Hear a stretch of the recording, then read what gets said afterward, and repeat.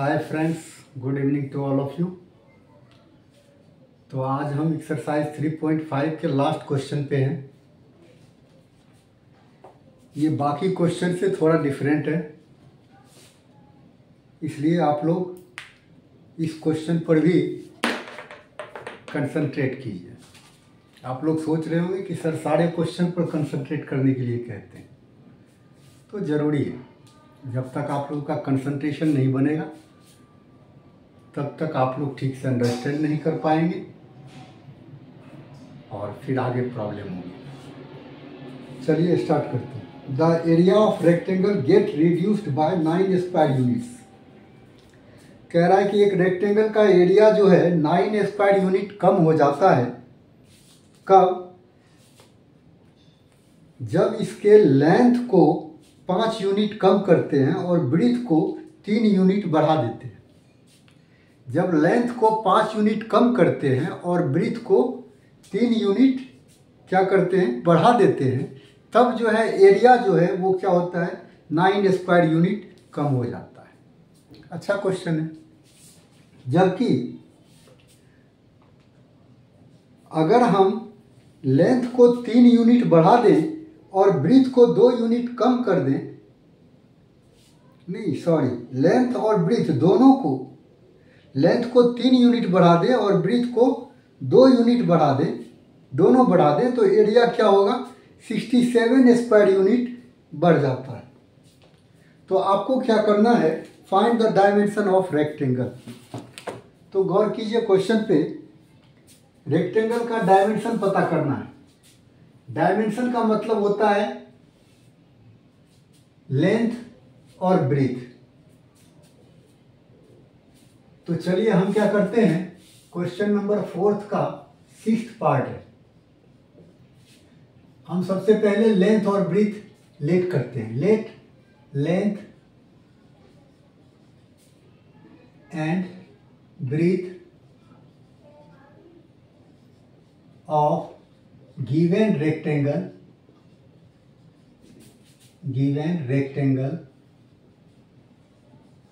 B x metre. Metre नहीं let करेंगे, क्या लेट करेंगे, यूनिट लेट करेंगे, क्योंकि स्क्वायर यूनिट में चेंज होता है, x units and y units. ठीक है, रिस्पेक्टिवली लिखना चाहे तो लिख दे इसमें। तो लेंथ हमने x यूनिट मान लिया और ब्रीथ को y यूनिट मान लिया। तो अब लेंथ और ब्रीथ दोनों जब वैरी करता है तो इसका एरिया भी वैरी करता है। इसका मतलब पहले एरिया भी जानना जरूरी है। एरिया क्या होगा, एरिया ऑफ रेक्टेंगल क्या हो जाएगा, आप लोग जानते हैं। एरिया क्या होता है, L इंटू बी। L कितना, आपने x लेट किया और b कितना लेट किया, y किया, तो x इंटू वाई, तो प्रोडक्ट का साइन हट जाएगा, मल्टीप्लाई का साइन हट जाएगा, एक्स वाई हो जाएगा, और क्या हो जाएगा, ये स्क्वायर यूनिट हो जाएगा, स्क्वायर यूनिट्स। ठीक है, ये भी यूनिट है और ये भी यूनिट है। यूनिट इंटू यूनिट कीजिएगा तो क्या हो जाएगा, स्क्वायर यूनिट हो जाएगा। बस सिंपल सी बात है। आगे क्वेश्चन के अकॉर्डिंग अब चलते हैं क्वेश्चन पे, ATQ। अब कह रहा है कि एरिया जो है 9 स्क्वायर यूनिट कम हो जाता है जब इसके लेंथ को 5 यूनिट रिड्यूस करते हैं।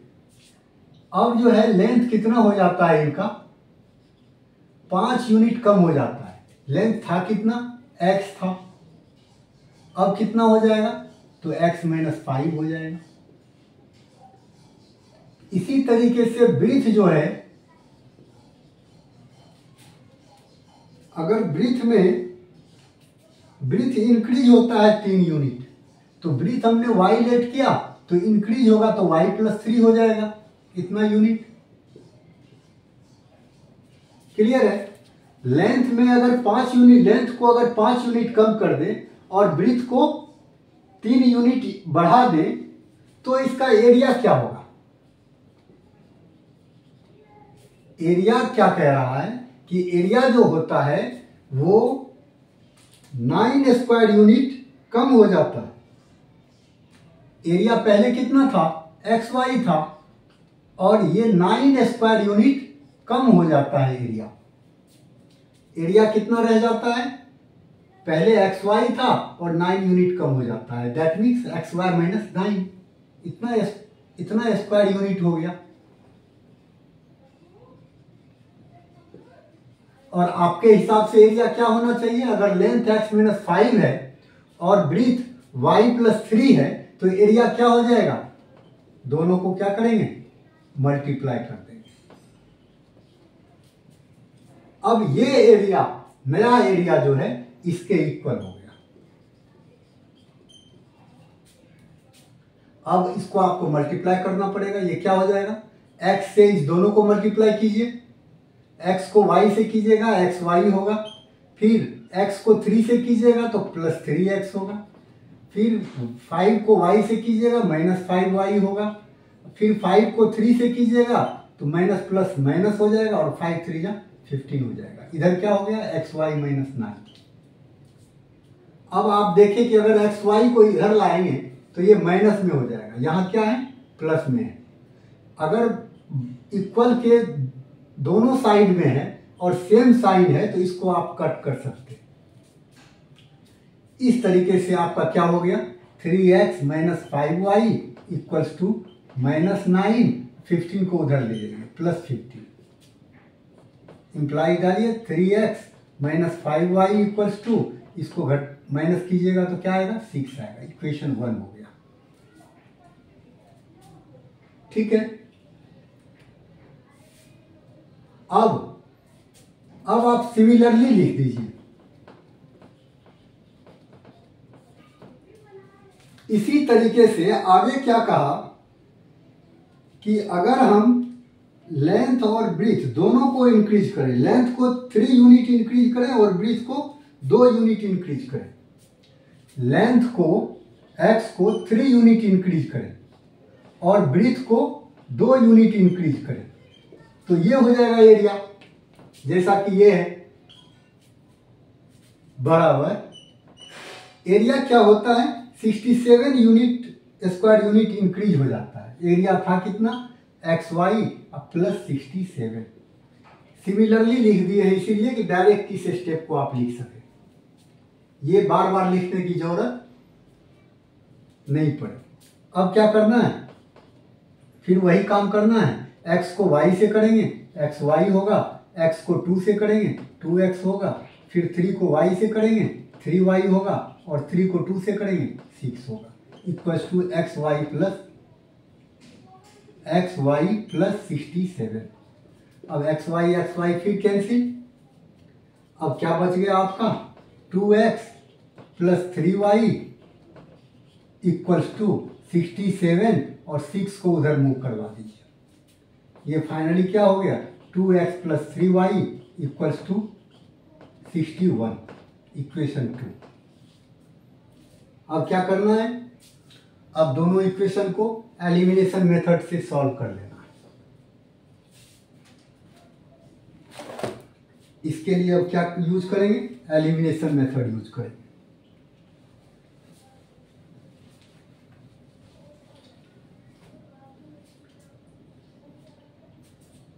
तो अब देखते हैं, दोनों तरफ डिफरेंट है।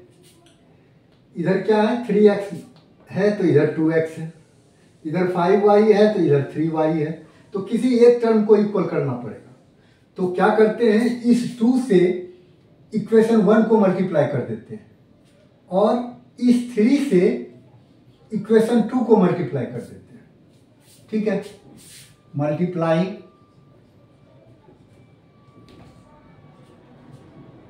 Multiplying equation 1 by 3 and equation 1 by 3 नहीं, by 2 and equation 2 by 3 we get।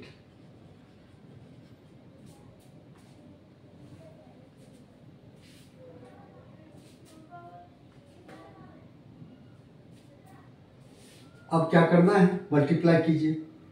1 को 2 से करना है तो 3 2 जा कितना हो गया 6x, और 5 2 जा 10y, 6 2 जा 12, और फिर इधर क्या हो जाएगा, इसमें 3 से करना है, 2 3 जा 6x प्लस 3 3 जा 9y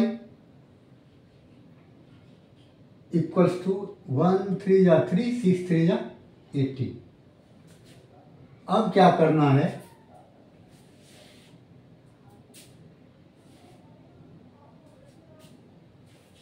अब इसके लिए क्या करो,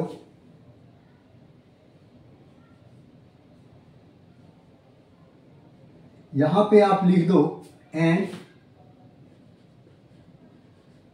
सब्ट्रैक्टिंग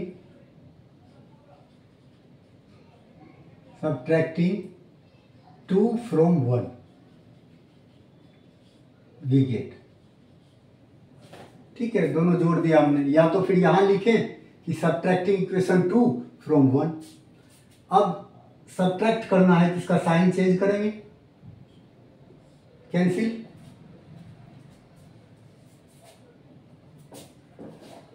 और ये क्या हो जाएगा, अब 10 है और 9 है, ये -19 हो जाएगा, है ना। दोनों का नेगेटिव साइन है, दोनों का सेम साइन है, इसीलिए प्लस कर देंगे और जो बड़ा है उसका साइन लगा देंगे। इधर क्या हो जाएगा, 3 - 2 1 और 8 - 1 7 और 1 हो गया, माइनस का ये भी, तो y इक्वल्स टू क्या आ जाएगा, -171 अपॉन -90, माइनस माइनस कैंसिल, 9 बार में कट गया ये, 9 टाइम्स में, y की वैल्यू आ गया 9 यूनिट्स, एक वैल्यू आ गया। अब क्या करना है, ये वैल्यू पुट कर देना है इक्वेशन 1 में या फिर 2 में, किसी एक में कर देते हैं। Putting y equals to 9 in equation 1 we get, रख दीजिए 3x, ये तो आप लोगों को पहले भी कई बार रिपीट करवा चुका हूं। इसमें मेन जो है हमारा वो है स्टेटमेंट को अंडरस्टैंड करना। अगर आप स्टेटमेंट को अंडरस्टैंड कर लिए और इक्वेशन फॉर्म कर लिए तो उसके बाद तो फिर कोई दिक्कत ही नहीं। 3x - 5 इंटू वाई की वैल्यू 9, 6 हो गया। 3x - 45 इक्वल्स टू 6 और 3x इक्वल्स टू हो गया क्या, 6 + 45 दैट इज 51, और इस तरीके से x की वैल्यू कितना आ गया, 51/3 दैट मीन्स 17 यूनिट्स। तो डायमेंशन निकालने का मतलब x और y की वैल्यू निकालनी थी और दोनों आ गया। मेरे ख्याल में ये अच्छी तरीके से आप लोगों के समझ में आ गया होगा। फिर हम नेक्स्ट क्लास में मिलते हैं, और आप लोग से फिर एक रिक्वेस्ट जरूर है कि आप लोग सब्सक्राइब करने में कहीं कोई कसर मत छोड़िए, जरूर कर लीजिए। इससे बेनिफिट ये है कि सबसे पहले वीडियो आप लोग तक पहुंचेगा और उसका फायदा आप लोगों को मिलेगा। Thanks to all of you.